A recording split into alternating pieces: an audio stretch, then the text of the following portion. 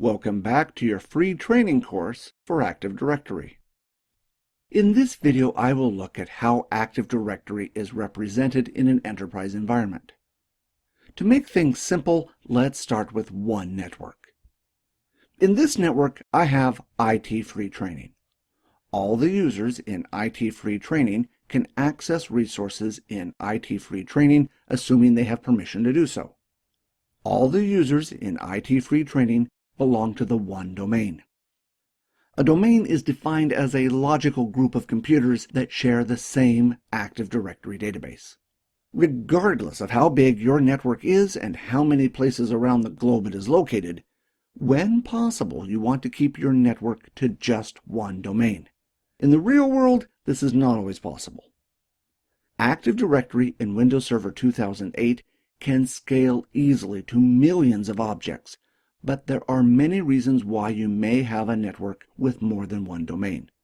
This could be because of limitations in earlier versions of Active Directory, to the company structure, and politics. Imagine that you had a secure department in your company that held all the intellectual property for the company.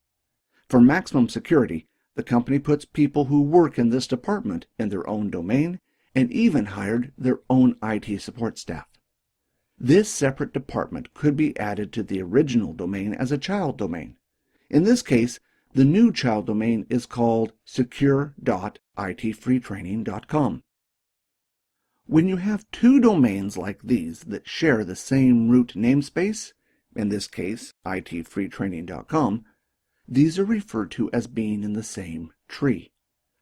IT Free Training is at the top of the tree, so it is considered to be the root domain. To illustrate this better, you could add yet another domain called sales. As long as sales shares the itfreetraining.com namespace, it is part of the tree. Under sales.itfreetraining.com, you could even add additional child domains called East and West. All these domains share the IT Free Training namespace and thus are considered to be in the same tree in Active Directory.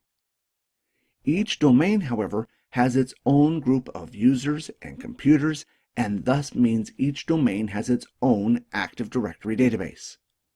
The advantage of having domains like these in the same tree is that Active Directory will automatically create trusts between the child and parent's domains. These trust relationships allow members of each domain to access resources in any other domain, assuming that they have access. The next question is, what would happen when you add another domain that has a different namespace to the other domains? For example, if I added the domain highcosttraining.com. When this happens, the new domain, High Cost Training, will be part of a new tree. I now have two trees, the IT Free Training tree and the High Cost Training tree.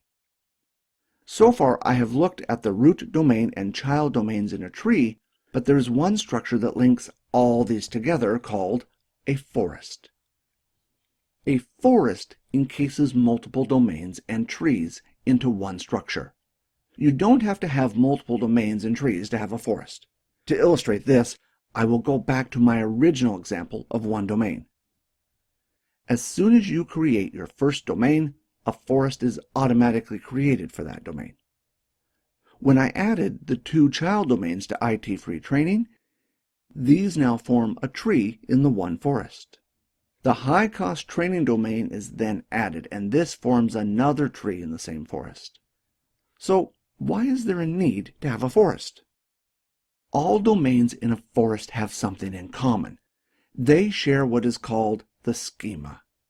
The schema defines the Active Directory database. The schema determines what can be stored in the database and the structure of that data. Each domain has its own copy of the database, but it is the schema that determines its design, and the schema is shared between all domains in the forest. When changes are made to the schema, these changes are replicated to every domain in the forest. The advantage of having a forest is that all domains in the forest also have trust relationships generated automatically. As shown here, A user in high-cost training could access a resource in east.itfreetraining.com. The trust relationship is automatically created between parent and child domains and between trees in the forest. Assuming the user in high-cost training has access, they can access any resource in any domain in the forest. This brings up the question, how does one find items in the forest? In order to find items in a forest, you need an index. In any Active Directory forest, there will be servers that provide an index for all items in the forest. These are called global catalog servers. There is at least one global catalog service per domain. Global catalog servers, or GCs, contain an index of every object in the forest. This is not a full copy of the object, but enough to allow a user to perform a search. For example, using a global catalog server, you could search a forest for all the color printers. Since the global catalog contains the basic information about each object in the forest, a user can find this information quickly. The global catalog server does not contain any detailed information about the printer, but it can tell the user where this object is located in the forest. Think of a global catalog server as an index at a library. The index gives you an idea what is in the book, and more importantly, where to find it if you want to know more. The last example I want to show you is when another forest is added. This may occur if your company takes over another company that already has its own Active Directory infrastructure. Active Directory does support this by an administrator manually creating a trust between the two forests. In this case, there are two forests.